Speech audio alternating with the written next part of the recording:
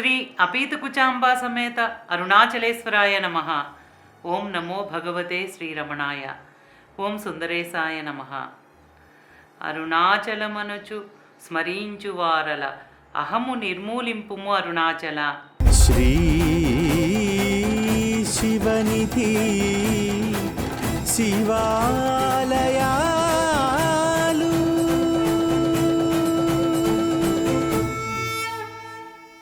శ్రీ శివనిధి శివాలయాల కార్యక్రమంలో అరుణాచలంలో మహిమాన్వితమైన అరుణగిరి ప్రదక్షిణలో భాగంగా ముందు భాగంలో శ్రీ రమణాశ్రమానికి పక్కనే ఉన్న సాధకులకు తపోవనంగా ప్రసిద్ధికెక్కిన పావనమైన పల్లాకొత్తు ప్రదేశాన్ని దర్శించుకున్నాం.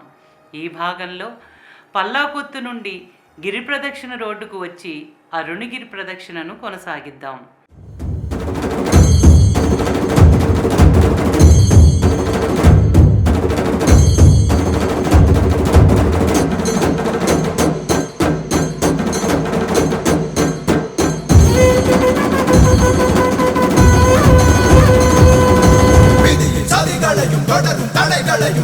ಹರಿಗಿಂದ್ರ ಸದಾಶಿವ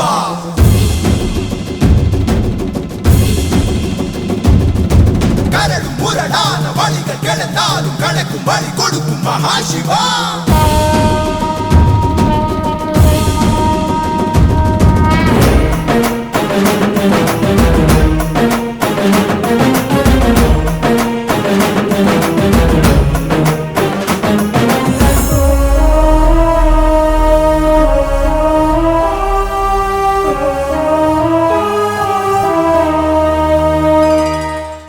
పల్లాకొత్తు నుండి అరుణగిరి ప్రదక్షిణా మార్గానికి రాగానే కుడివైపున శక్తి అమ్మన ఆలయం ఉంది.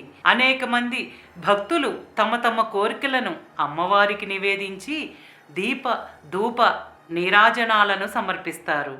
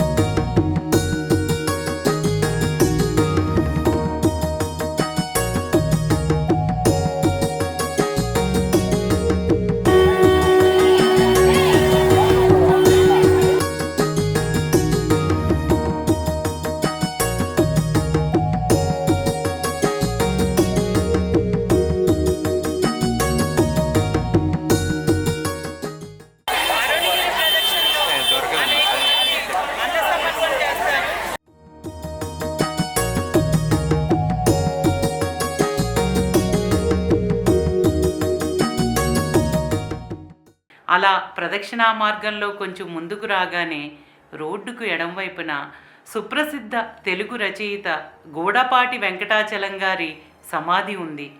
చలం అనే పేరుతో చాలా ప్రసిద్ధి చెందిన ఈయన వేదాంతి, సంఘ సంస్కర్త, ఆధునిక తెలుగు సాహిత్యాన్ని ప్రభావితం చేసిన అతి ముఖ్యమైన వ్యక్తులలో చలం గారు ప్రసిద్ధులు. చలం గారు తన కూతురు భగవాన్ భక్తురాలైన సౌరిస్ గారిలో పరమేశ్వరుణ్ణి దర్శించారు. ధార్మిక మార్గంలో విముఖత స్వభావంతో ఉండే చలం గారు భగవాన్ రమణులను స్వయంగా దర్శించి సమ్మోహితులై వారికి శరణాగతి చెంది గురువుగా భావించారు.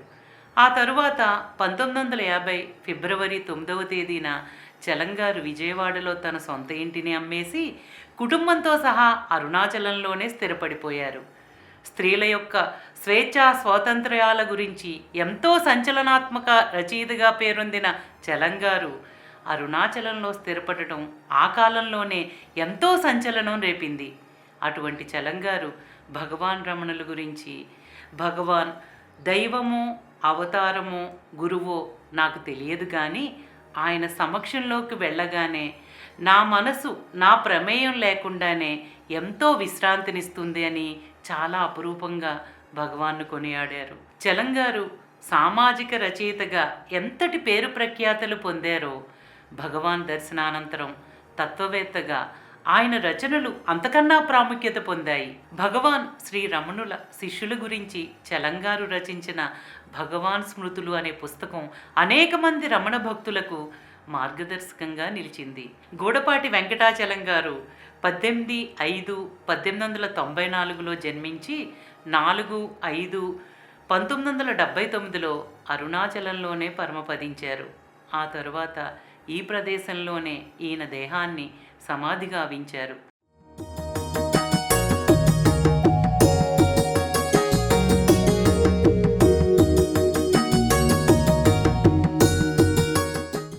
గోడపాటి వెంకటాచలం గారు ఆయన సమాధిని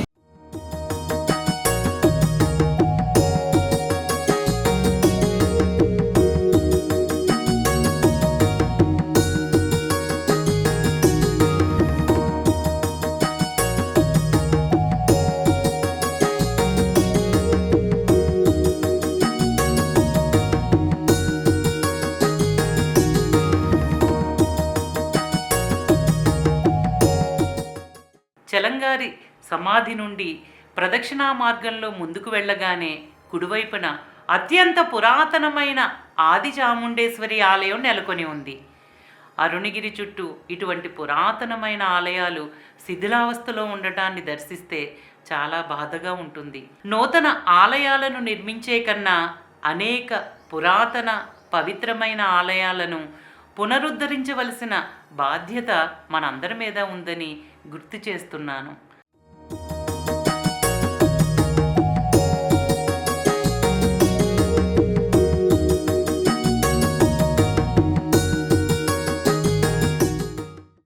అరుణగిరి ప్రదక్షిణ తెల్లవారుజామున ఆచరించే వారికి అరుణగిరి యొక్క అద్భుతమైన భౌతిక లక్షణాలు, దాని వెడల్పు, ఎప్పటికప్పుడు మారుతున్న ఆకృతులు ప్రదక్షిణా మార్గంలో ఏ కోణం నుండైనా స్పష్టంగా కనిపిస్తాయి. మొదటిసారి ప్రదక్షిణ ఆచరించేవారు అరుణగిరి చుట్టూ ఉన్న శివలింగాలను, తీర్థాలను, మండపాలను దర్శించుకుంటారు.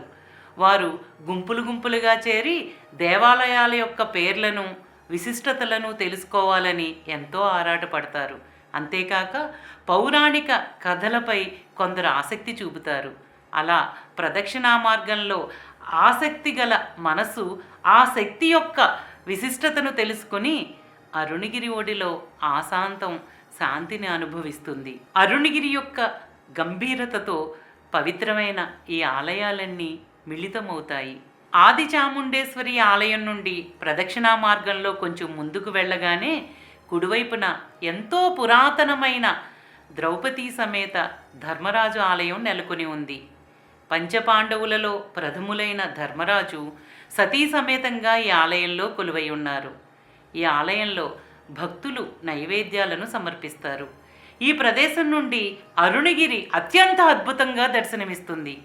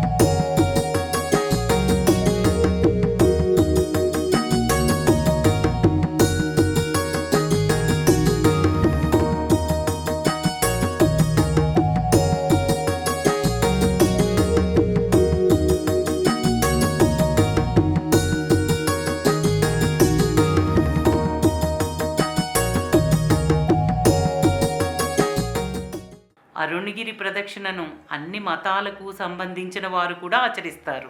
ఈ సందర్భంలో అరుణగిరి గురించి భగవాన్ శ్రీ రమణ మహర్షులు చెప్పిన విషయాన్ని ప్రస్తావించుకుందాం.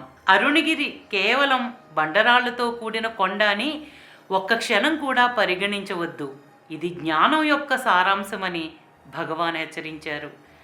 అరుణగిరి అవిద్యను, అజ్ఞానాన్ని అణిచివేస్తుంది. అరుణగిరి మహిమ తపస్సంపన్నులైన సాధకులను ఆకర్షిస్తుంది. అరుణగిరి ప్రదక్షిణ అనాది కాలం నుండి అనుసరించే సాంప్రదాయమే కాక దాని యొక్క అపారమైన ఆధ్యాత్మిక శక్తిని అనుభూతి చెందిన అనేక మంది ఋషులు మహాత్ములు నొక్కి వక్కాణించారు. అరుణగిరి ప్రదక్షిణను భక్తితో నిండిన మనసుతో అరుణాచలునిపై కేంద్రీకరించి చేయవలసిన విధి. అలా చేయటం వల్ల అరుణాచలుని పట్ల భక్తి ఏకత్వ భావం పెరిగి ఆయన అనుగ్రహాన్ని శీఘ్రంగా స్వీకరించగలుగుతాం.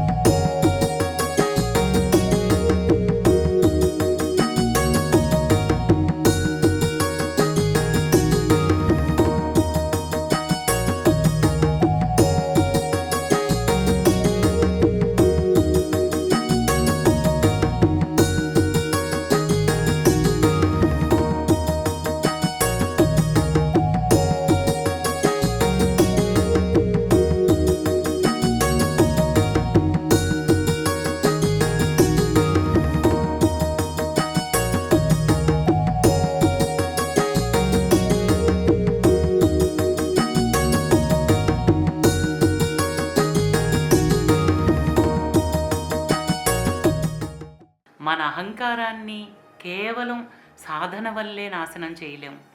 పరమేశ్వరుని అపారమైన అనుగ్రహం వల్ల మాత్రమే అది పరిపూర్ణంగా సాధ్యమని శైవ సిద్ధాంతంలో పేర్కొనబడింది. ఏ ఆధ్యాత్మిక సాధనలో అయినా ఉపాసన ఉంటుంది. అంటే సేవ, పూజ, జపం, ధ్యానం, భక్తి ఇలాంటివి ఏదో చర్య చేయవలసి ఉంటుంది. కానీ పరమాత్మ సేవ వల్ల మనసు శుద్ధి అవుతుంది. జపం వల్ల మనసుకు ఏకాగ్రత కలుగుతుంది. అందరికీ ఆత్మవిచారణ చేసే పరిపక్వత ఉండదు. అందుకే భగవాన్ అందరినీ తప్పనిసరిగా అరుణగిరి ప్రదక్షిణను ఆచరించమనేవారు. ఎందుకంటే అరుణగిరి ప్రదక్షిణలో మన మనసు నామానికో రూపానికో ఇలా ఏదో ఒకదానికి ఆకర్షితమవుతుంది. అరుణాచల నామాన్ని జపిస్తూ ప్రదక్షిణ ఆచరించటం వల్ల మనసు హృదయంలోకి లాగబడుతుంది. అరుణాచల అరుణాచల అరుణాచల అనే నామాన్ని జపించగా మన ప్రమేయం లేకుండానే అరుణాచలం అనే జపాన్ని జపించటం జరుగుతుంది. అప్పుడు జపం చేసేది కూడా ఆసక్తే అని సుస్పష్టమవుతుంది. ఏ నామానికి ఆ నామమే తత్వానికి చిహ్నం. అరుణాచలం అనే అమృతనామం జపించటం వల్ల నేను జపిస్తున్నాను అనే అహంకార భావం నశించి నేనే అరుణాచలం అన్న ఆత్మభావన ఆవిష్కరించబడుతుంది. అలా సత్యమైన నేనును తెలుసుకున్న క్షణం దేహం, మనస్సు, ప్రపంచం కనుమరుగవుతాయి. చిత్స్వరూపం ఒక్కటే చిద్విలాసంగా మిగులుతుంది. అందుకేనేమో భగవాన్ అరుణాచలమనుచు స్మరించు వారుల అహము నిర్మూలింపు అరుణాచల అని అక్షరమణిమాలతో కీర్తించారు. అంతటి గొప్ప అనుగ్రహం, కరుణ, ప్రేమ ఇప్పుడు స్థూలంగా అరుణగిరి రూపంతో ఆవిర్భవించి మన కృతజ్ఞతలు అందుకుని మనలను కృతార్థులను చేయటానికి కృతనిశ్చయంతో ఉన్న అరుణాచలునికి శతకోటి సుమాంజలులు.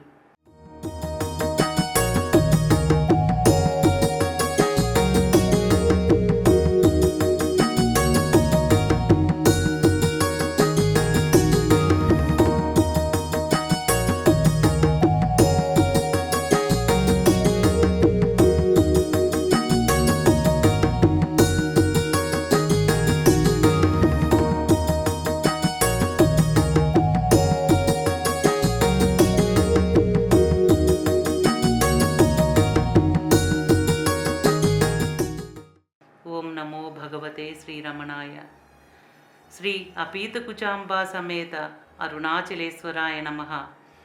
ఓం సుందరేశాయ నమః. ప్రేమతో నీనామమాలించు భక్తుల భక్తుగా బ్రోమరుణాచల.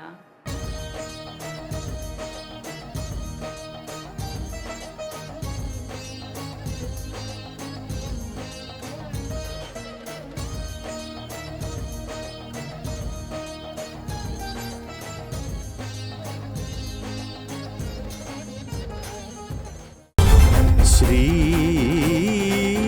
శివనిధి శివాలయా